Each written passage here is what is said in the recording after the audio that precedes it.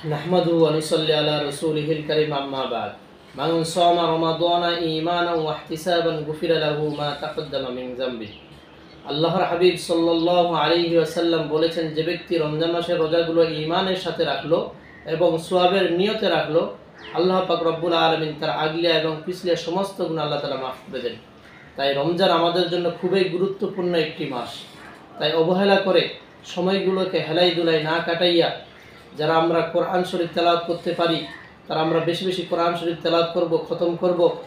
এবং যারা আমরা কোরআন শরীফ তেলাওয়াত করতে পারি না, যে সূরাগুলো আমরা পারি সেই সূরাগুলো তেলাওয়াত করব। যারা কোরআন শরীফও তেলাওয়াত করতে পারি না, সূরাগুলোও পারি না, আমরা বেশি বেশি জিকির আজকার করব।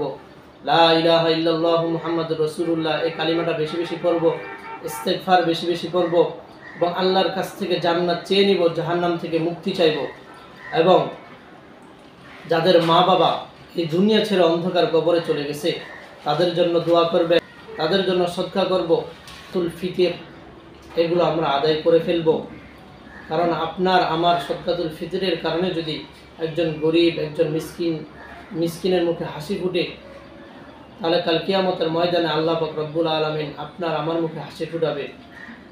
যারা আমরা পারি, আশেপাশে যে মাদ্রাসাগুলো আছে এই মাদ্রাসাগুলোর ভিতরে পরিবারে তো অনেক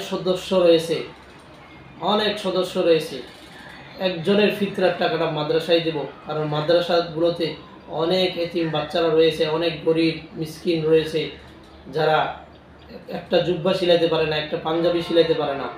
আপনার একটা সদকাতুল ফিতরের কারণে যদি তাদের একটা পাঞ্জাবি জুটে, তাদের কপালে যদি একটা জুব্বা জুটে, তাহলে আপনার আমার এটা সৌভাগ্য ভাই। আল্লাহ পাক